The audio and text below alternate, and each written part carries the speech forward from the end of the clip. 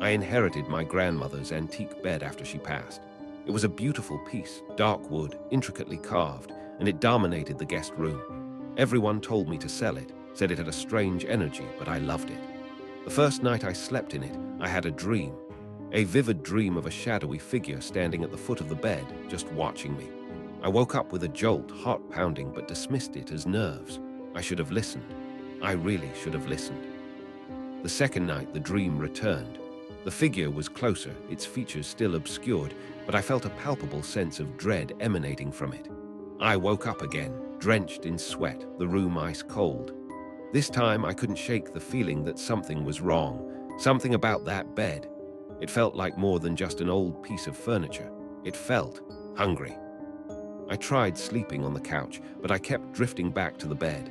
It was like it was calling to me. The third night I gave in. I knew it was stupid, but I couldn't resist. As soon as I lay down, the familiar dread washed over me.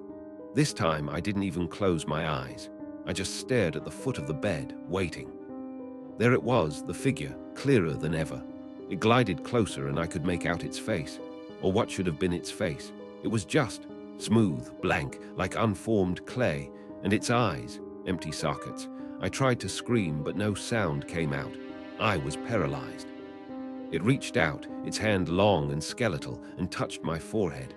A searing cold spread through my body, and I felt drained, empty, like something was being pulled out of me. I woke up the next morning, or what I thought was morning. The room was dark, the curtains drawn. I felt weak, disoriented. I stumbled to the mirror and recoiled. My reflection, it wasn't me. My face was smoothing. My features were becoming less defined. My eyes, they felt hollow. I looked like the figure. I spent the next few days locked in my room, watching the transformation happen. I couldn't eat. I could barely sleep. The bed, it was calling to me again. I knew what it wanted. It wanted me to become it, to take its place, to stand at the foot of the bed and wait for the next victim. I fought it. I tried to leave the house, but I couldn't. Something was holding me back, drawing me back to the bed. The pull was too strong. I returned to the bed and lay down. I closed my eyes, accepting my fate. I don't know how long I lay there. Time lost all meaning. Then I felt it, a presence in the room, someone standing at the foot of the bed. I opened my eyes, or what were once my eyes, and I saw him. A young man, his face filled with fear, staring back at me. He looked familiar, like someone I used to know, but I couldn't place him. My mind, it wasn't my own anymore. I reached out, my hand long and skeletal, and touched his forehead. The cycle continues.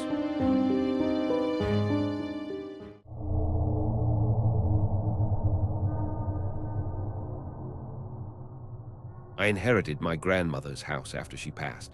It was a quaint, two-story Victorian, full of antique furniture and dusty portraits. One portrait in particular caught my eye. It hung in the hallway, depicting a stern-looking man in a dark suit. His eyes seemed to follow me, and there was something unsettling about his smile. I told myself it was just my imagination, grief playing tricks on my mind. But the feeling persisted. It was more than a feeling, actually. The first night in the house was rough. I kept waking up, the portrait the first thing I saw in the faint moonlight filtering through the blinds. Every time, that man's gaze seemed more intense, his smile wider. I started having nightmares, vivid and disturbing, always featuring the man in the portrait. He'd be standing over me, his face inches from mine, whispering things I couldn't quite make out. The whispers echoed in my ears even after I woke up, clinging to me like cobwebs. I tried covering the portrait with a sheet. It didn't help. The nightmares continued, even more intense. Now the man was tearing through the sheet, reaching for me with skeletal, decaying hands. The whispering intensified, becoming clearer, more menacing. I could almost understand what he was saying, something about rot and decay. The smell of mildew started to permeate the house, thick and cloying, even though the house was dry. I decided I needed to get rid of the portrait. I tried to take it off the wall, but it wouldn't budge. It was as if it was fused to the plaster. I pulled harder, panicked now, the whispering growing louder, echoing in my skull. The smell of decay was overwhelming, making me gag. I felt something cold and slimy brush against my hand. I looked down and saw a thick black ooze seeping from the frame of the portrait. I ran. I ran out of the house and didn't stop running until I reached the local library. I needed answers. I researched my grandmother, her house, anything I could find about the portrait. I found an old newspaper article detailing the mysterious deaths of several previous owners of the house, all attributed to strange illnesses, rapid decay. Each article mentioned the portrait. It was always there, a silent witness to their demise. The librarian, an elderly woman with kind eyes, saw my distress.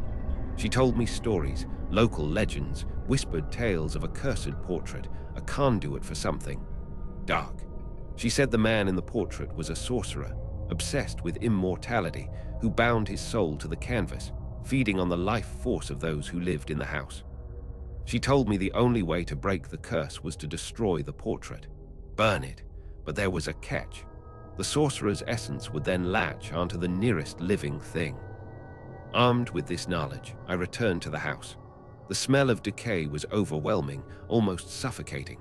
The ooze was everywhere, dripping down the walls, pooling on the floor. The whispers were a constant drone, a chorus of decay and death. I had to end this. I doused the portrait in gasoline, my hands shaking. The whispers intensified, turning into screams of rage and despair. The face in the portrait contorted, the decaying flesh peeling away, revealing a skull beneath. I struck a match. The flames roared, consuming the portrait, the screams echoing through the house. The smell of burning oil mingled with the stench of decay. And then, silence. The ooze receded, the whispering stopped. The house felt empty, clean. I stood there for a long time, just breathing, the silence ringing in my ears. It was over. I had done it. Relief washed over me, followed by a wave of exhaustion. I turned to leave and saw my reflection in a hallway mirror. My skin was pale, almost translucent. My eyes were sunken, dark circles underneath, and my smile was wrong, too wide, unsettling. I felt a cold, slimy sensation on my hand. I looked down. Black ooze was seeping from my pores. The whispering started again, this time inside my head. Rot. Decay. The portrait was gone, but the sorcerer, he wasn't. He was inside me. He had found a new canvas. And now, he's looking at you.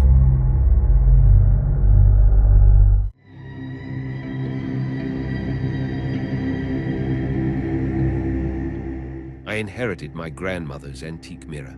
A beautiful, ornate thing, but there was something off about it. From the moment it was hung in my hallway, the air felt colder, heavier.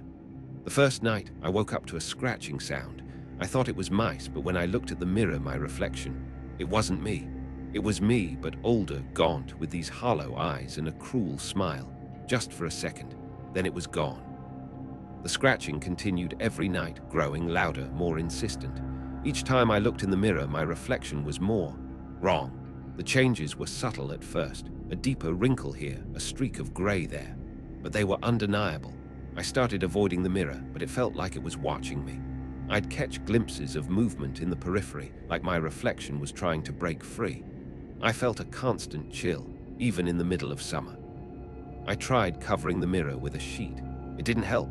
The scratching intensified, turning into a frantic scraping, like claws on wood. I could feel a cold presence in the room, even with the mirror covered.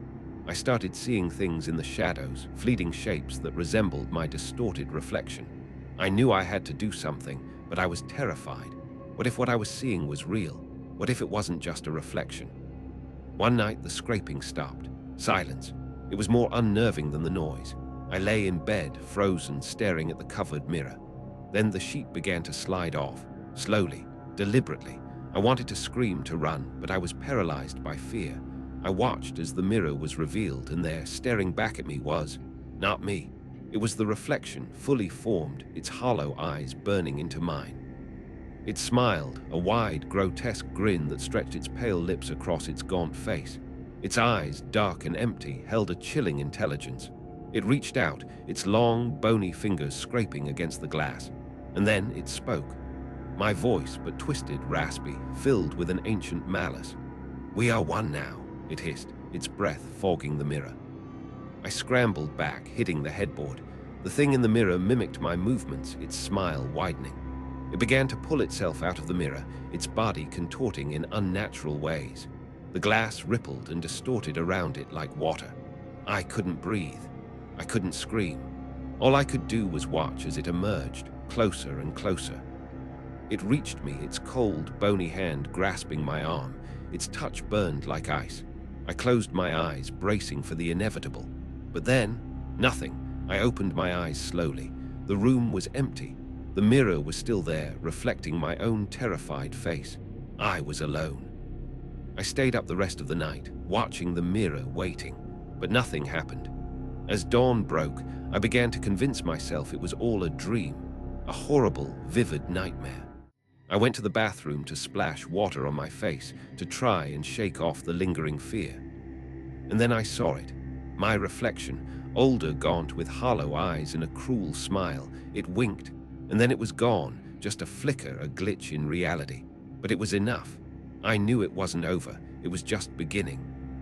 I tried to break the mirror. I smashed it with a hammer, the shards scattering across the floor.